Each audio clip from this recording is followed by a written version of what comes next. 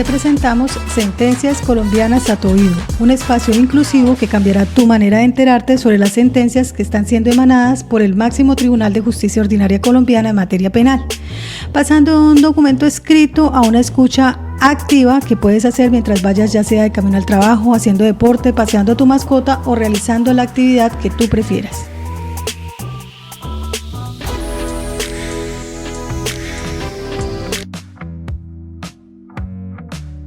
Hola, en este capítulo traemos a presentar la sentencia SP-228 de junio 21 del 2023, radicado 60332, cuya magistrada ponente es la doctora Miriam Ávila Roldán. Esta sentencia trata sobre el delito de tráfico, fabricación o porte de estupefacientes, ojo, con verbo rector, llevar consigo. Como elemento subjetivo, la intención de suministrar y compartir la sustancia puede llegar a ser una conducta atípica y su resolución dogmática debe resolverse en el ámbito de la tipicidad y no en el de la antijuridicidad. En cuanto al asunto, la Corte resuelve un recurso extraordinario de casación presentado por la defensora de la procesada en contra de una sentencia de segunda instancia que profirió la Sala Penal del Tribunal Superior del Distrito Judicial de Medellín el 9 de marzo del 2021. En el tribunal confirmó con modificaciones el fallo emitido por el Juzgado 27 Penal del Circuito con funciones de conocimiento de Medellín de fecha 7 de septiembre del 2021. En dichos fallos se le condenó a la procesada como autora del delito de tráfico, fabricación o porte de estupefacientes. Los hechos se trataron que el 22 de julio del 2018, en la estación de policía de Laureles de Medellín, cuando agentes de Policía Nacional sorprendieron a la procesada llevando oculta en su cabello una sustancia estupefaciente que resultó positiva para cocaína y sus derivados, con un peso neto de 2 gramos, mientras esta procesada se dirigía a visitar a su novio que se encontraba privado de la libertad en ese lugar de reclusión transitoria. Como antecedentes procesales relevantes tenemos que el 23 de julio del 2018, ante el Juzgado 16 Penal Municipal con funciones de control de garantías de Medellín, se adelantaron las audiencias preliminares de legalización de captura, formulación de imputación en calidad de autora del delito de tráfico, fabricación o porte de estupefacientes bajo la conducta de llevar consigo con fines de suministrar y con circunstancias de agravación punitiva por ejecutarse en un centro carcelario, a lo que la procesada no aceptó los cargos. Ya ante el Juzgado 27 Penal del Circuito con funciones de conocimiento de Medellín, fue radicado el escrito de acusación y su formulación se surtió el 19 de julio del 2019.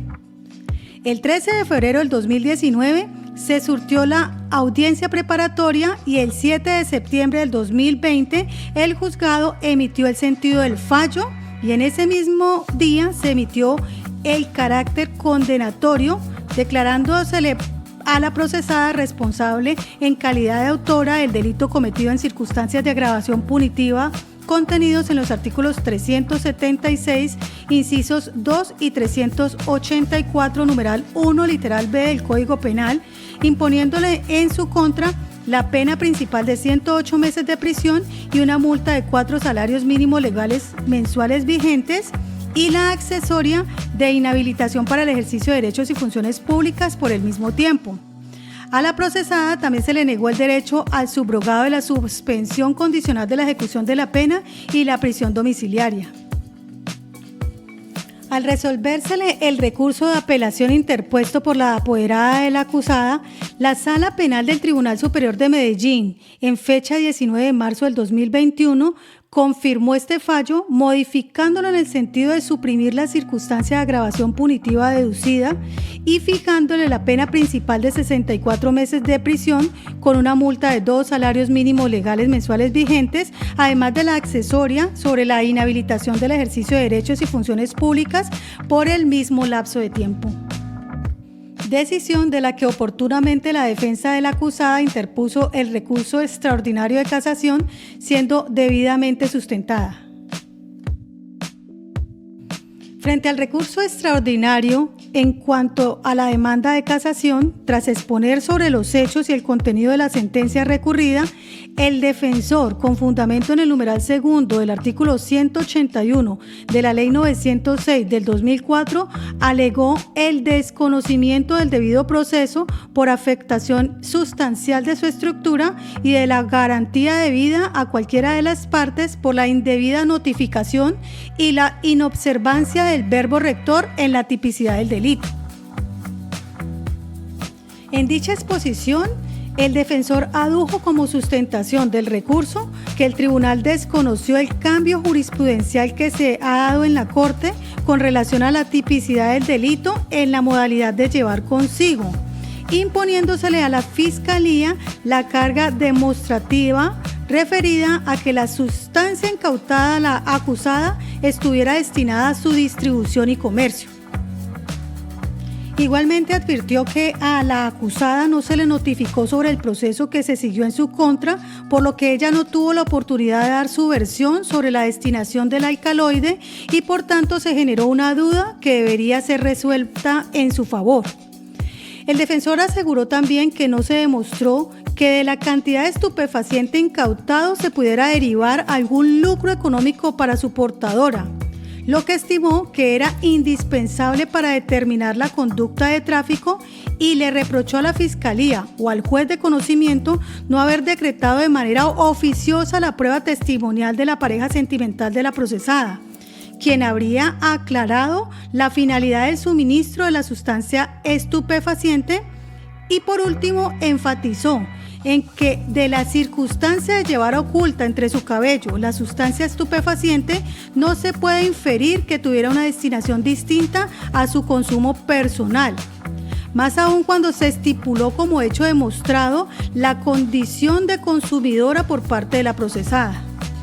Por estas razones, solicitó que la Corte casara la sentencia para absolver a la procesada o en su lugar decretar la nulidad de la actuación desde la misma acusación.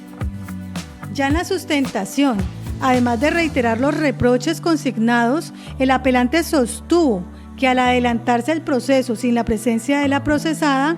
se impidió que ésta diera su versión sobre la tenencia de la sustancia y se ocasionó que la decisión recurrida se fundamentara exclusivamente en la interpretación que hizo la Fiscalía sobre los hechos.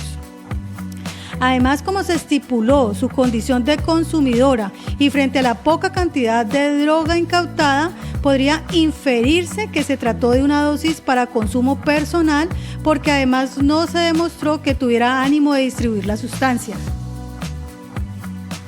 Por su parte, la Fiscalía también solicitó casar la sentencia, pero en el sentido a que el tribunal vulneró los principios de una sana crítica en la elaboración del indicio de responsabilidad, porque construyó una máxima de la experiencia infundada, incurriendo en un falso raciocinio. Esta parte aseguró que no existen elementos de juicio o datos que hagan inferir la intención de la procesada de distribuir la sustancia estupefaciente, por lo que las conclusiones del juzgador resultaron especulativas. El miedo de la procesada, percibido por los policiales, y la posibilidad de guardar la sustancia en algún local en las afueras de la estación de policía para evitar ser descubierta, no resultan indicativos de su distribución. Y por último, recalcó que no se determinó probatoriamente que el detenido era consumidor ni fuera a recibir la visita de la procesada y el propósito de la misma. Por su parte, el representante del Ministerio Público también solicitó casar la sentencia para absolver a la procesada porque, en su opinión, con las pruebas allegadas no era posible inferir la intención de ella de distribuir el estupefaciente incautado.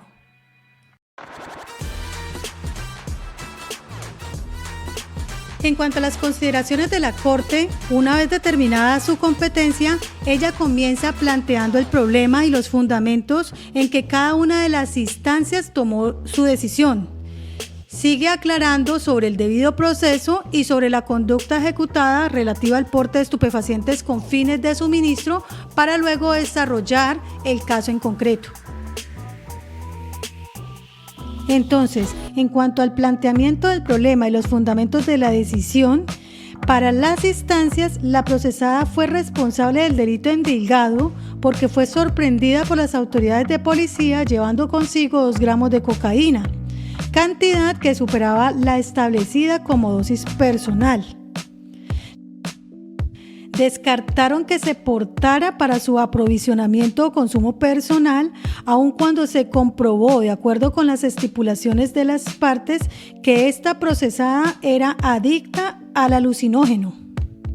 En palabras de la Corte, para los juzgadores se demostró que la procesada se proponía suministrar el estupefaciente a su novio, que se encontraba privado de la libertad en la estación de policía,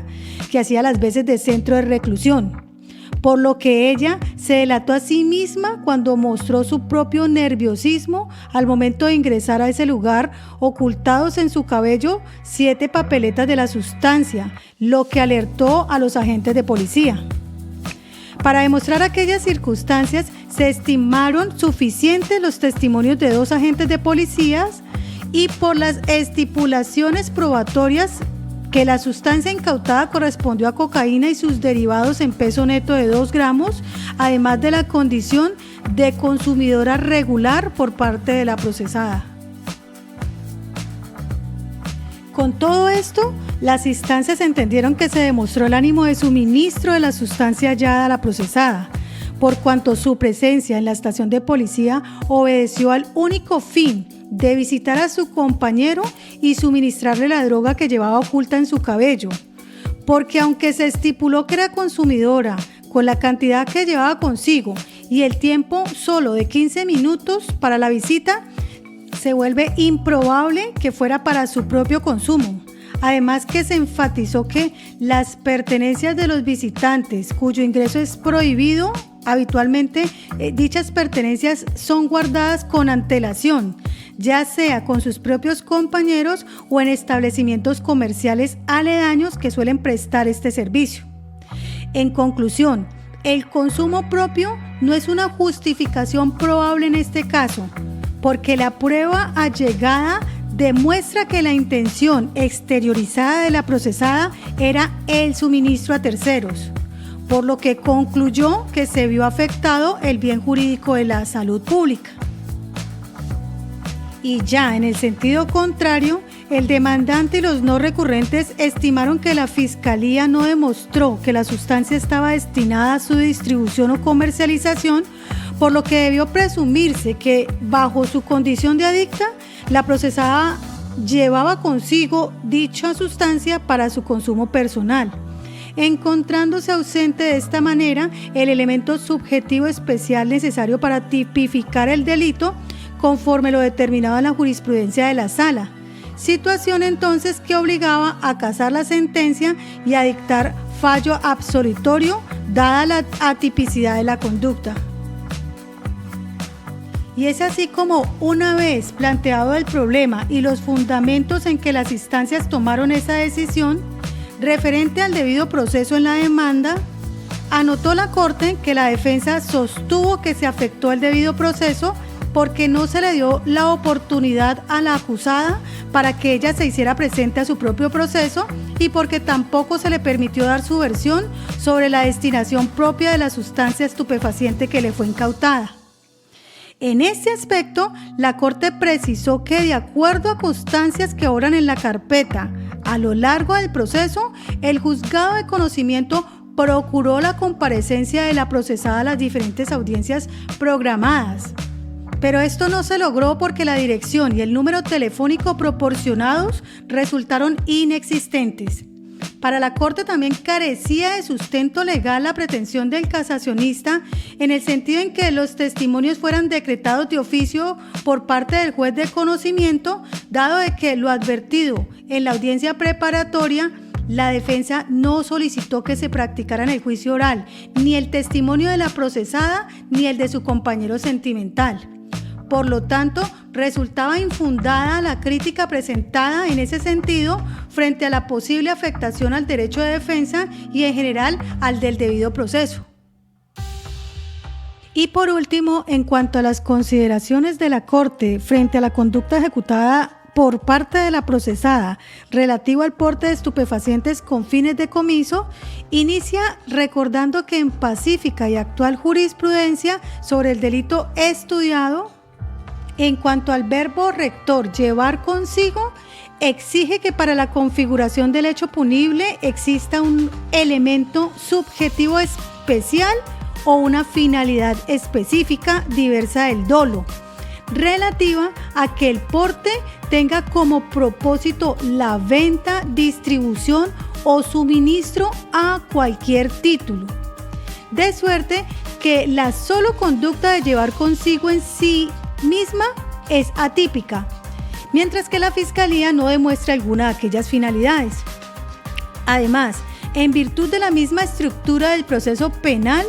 la carga de probar ese propósito especial del porte de estupefaciente recae sobre la Fiscalía. Sumado a lo anterior, la Corte ha precisado que los problemas relativos al porte deben ser resueltos dogmáticamente en el ámbito de la tipicidad y no en el de la antijuridicidad, entendiendo con ello que el ánimo que alienta la realización de esta conducta como elemento subjetivo adicional del tipo penal está condicionado por los fines que se persiguen con su ejecución. Y es en este aspecto en donde la Corte trae a colación la sentencia CSJSP 2940 del 6 de marzo del 2016 con radicado 41760, presentando, y aquí se hace una explicación propia de esta presentadora, que en principio si se ve por separado lo dicho por una parte en el literal J del artículo 2 de la Ley 30 de 1986, en donde aquí se establecen las cantidades determinadas como dosis personal, y por otra parte las modificaciones introducidas al ordenamiento jurídico en la reforma constitucional del Acto Legislativo 02 del 2019, donde en esta reforma se debe sopesar en todo caso el ánimo de ingesta de las sustancias como ingrediente subjetivo o finalidad, y por tanto el porte de una cantidad de droga solo con el propósito de consumo será una conducta atípica. Se podría pensar entonces que existe una contradicción entre ambas, pero la exposición de motivos que trae la reforma constitucional, o sea, la segunda, el Acto Legislativo 02 de 2009, deja claro en determinar que prohibir el porte de sustancias estupefacientes o psicotrópicas era parte de una filosofía preventiva y rehabilitadora. Y por eso, en dicho acto legislativo, se facultó al legislador para establecer medidas terapéuticas, profilácticas o pedagógicas destinadas a los consumidores. Se reglamentó el consumo y la adicción o la situación del enfermo dependiente, estableciendo que su conducta debe entenderse como un problema de salud que únicamente admite medidas de control por parte del Estado, mediante tratamientos administrativos de orden pedagógico, profiláctico, terapéutico, y de excluir a estas personas de la posibilidad de imposición de penas de reclusión en establecimientos carcelarios.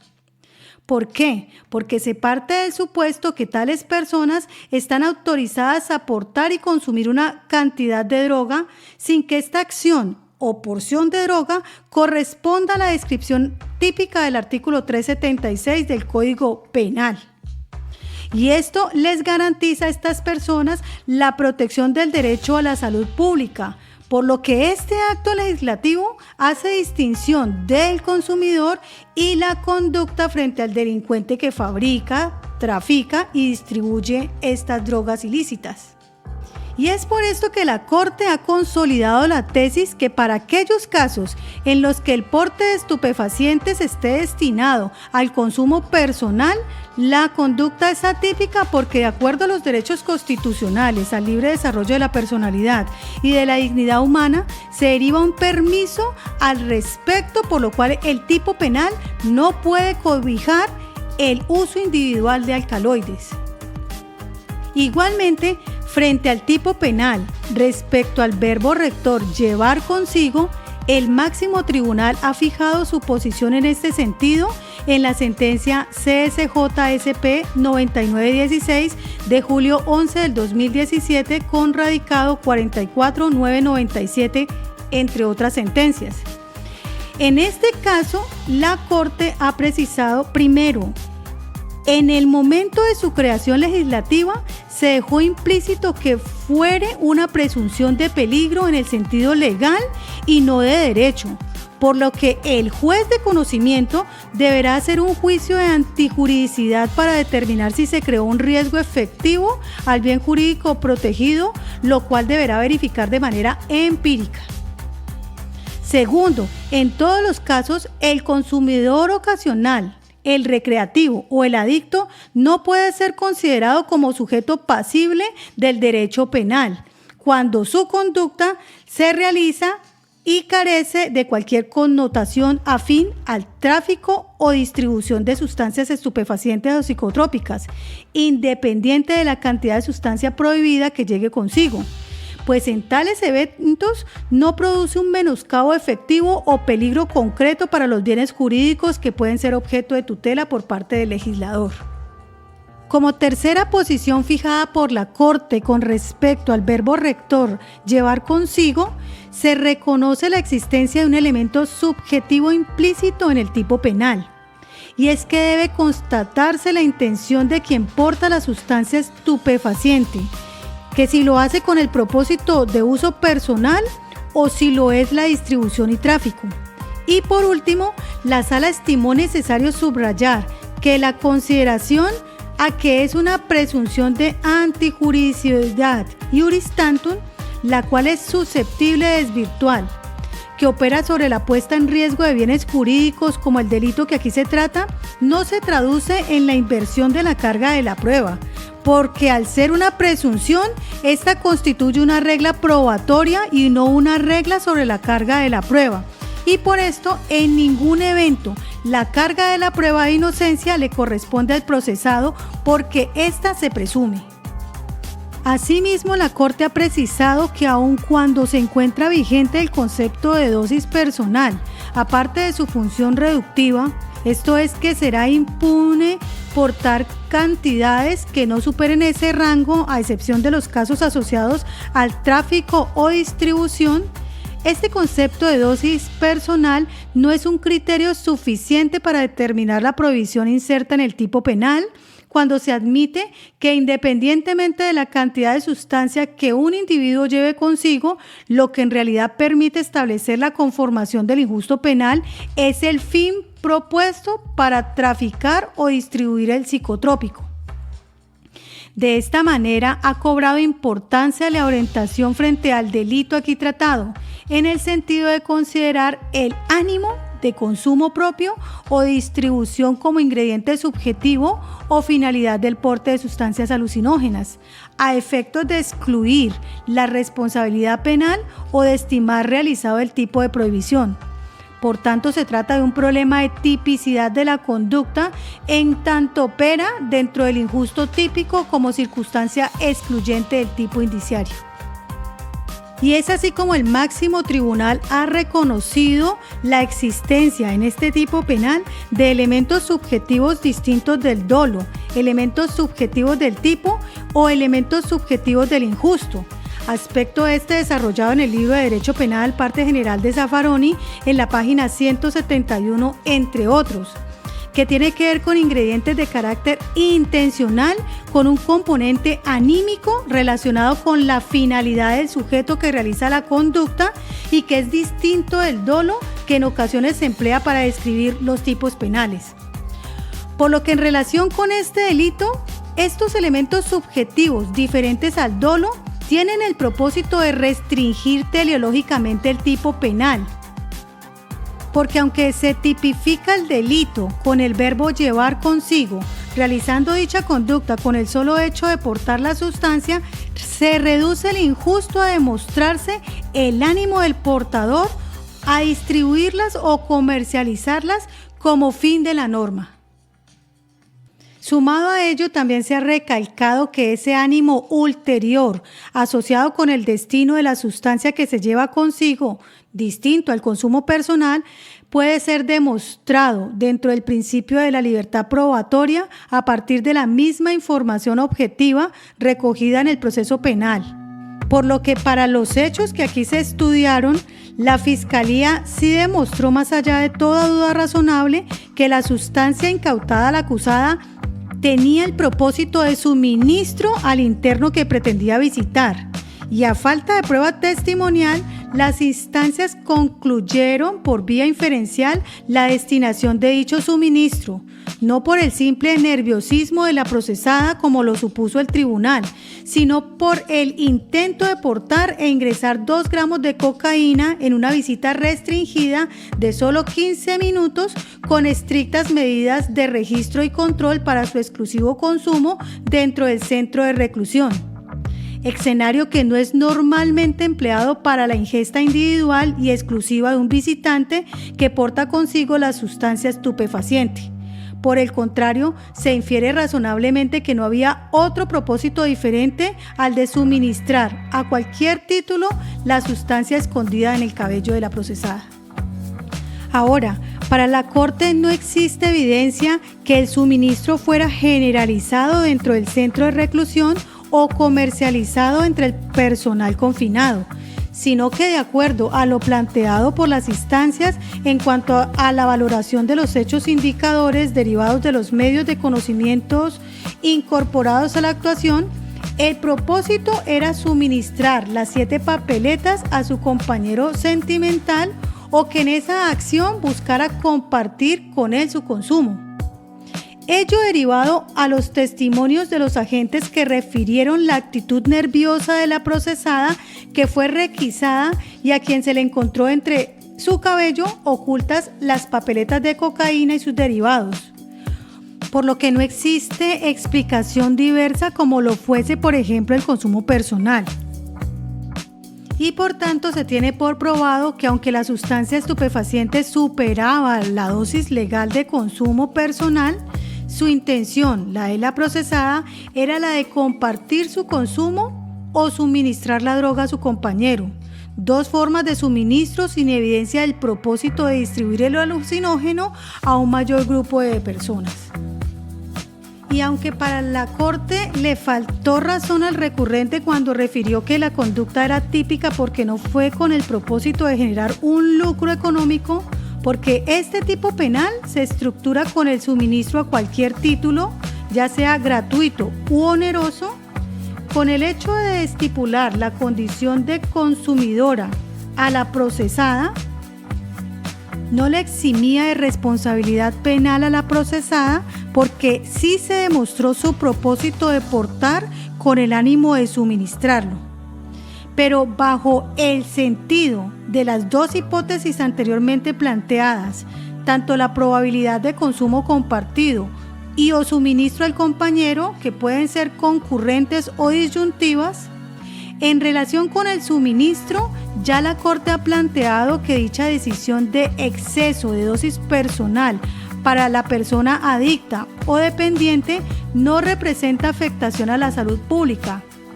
mencionando además que puede ser para uso propio de carácter recreativo, consumo de iniciados o no iniciados, abastecimiento para consumos futuros o consumo en dosis compartidas. Es aquí cuando la Corte trae a colación lo dicho en la sentencia CSJ SP 9916 de julio 11 del 2017, radicado 44997, que frente al contexto de la nocividad específica en cuanto a crear dependencia, que es el concreto cometido de protección a través del bien jurídico de la salud pública, el criterio sobre los límites cuantitativos impuestos por el legislador para determinar la dosis de uso personal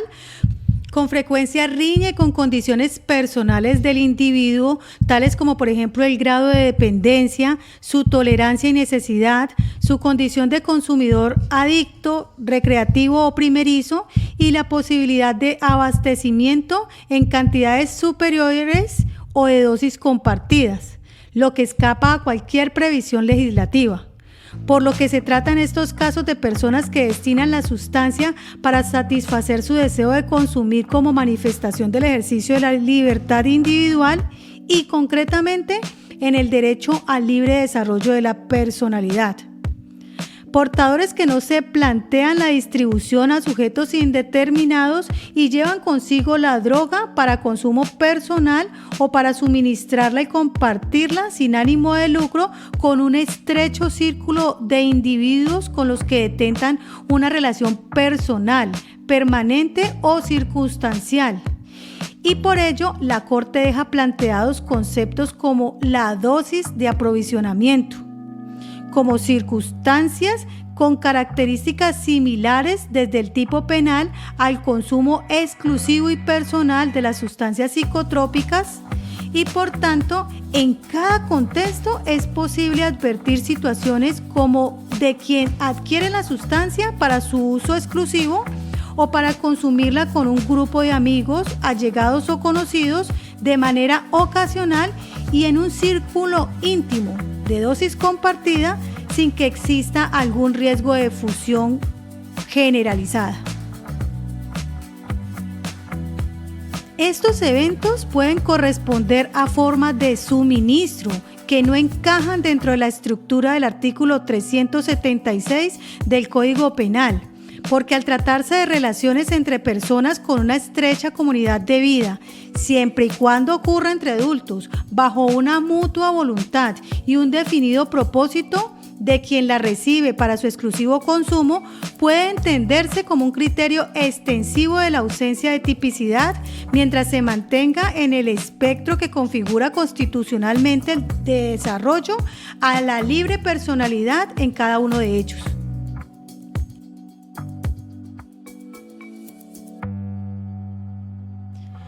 Por lo que para el caso en concreto quedó claro que la procesada se proponía ingresar al centro de reclusión donde se encontraba su compañero sentimental, quien era mayor de edad.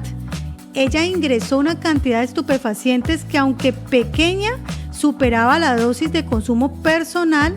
Desprenderían entonces aquí dos hipótesis plausibles para la Corte.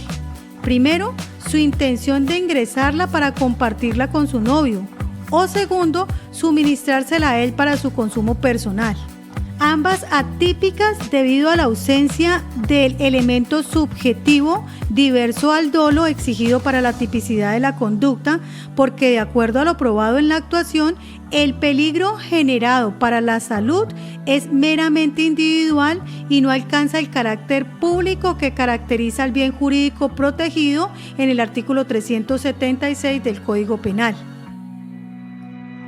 Entonces se descarta primeramente que la procesada le alentara el interés de consumir, sino para las dos hipótesis anteriores. En la primera, porque al compartirla el consumo se equipara al individual, debido al carácter autónomo y espontáneo de los consumidores y la relación horizontal existente entre ellos, no obstante la naturaleza colectiva de la actividad. Y en la segunda, porque al suministrarla con quien posee una estrecha relación vital, mientras sea un acto libre y voluntario e igualmente horizontal, se encuentra asociado a relaciones de confianza y responsabilidad mutua que hacen propio el peligro para la salud personal, asumidos como parte de su vida común.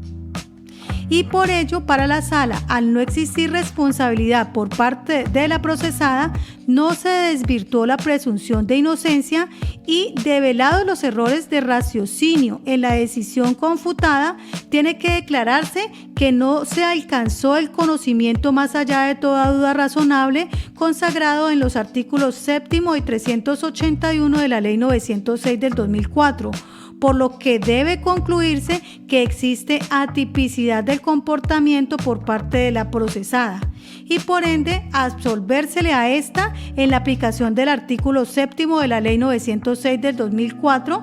en cuanto al principio de indubio pro reo.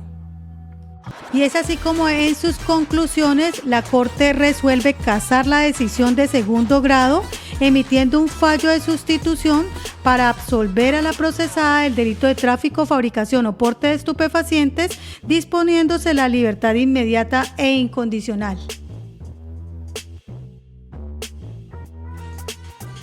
Bueno amigos, esto ha sido todo por este episodio. Espero que les haya servido para su crecimiento profesional. Mi nombre es Luz Nélida Muñoz Mora y han acabado de escuchar Sentencias Colombianas a tu oído. Les ruego por favor se inscriban a mi canal para que estén al tanto de los nuevos capítulos que tenemos a su alcance. Los esperamos en nuestro próximo episodio.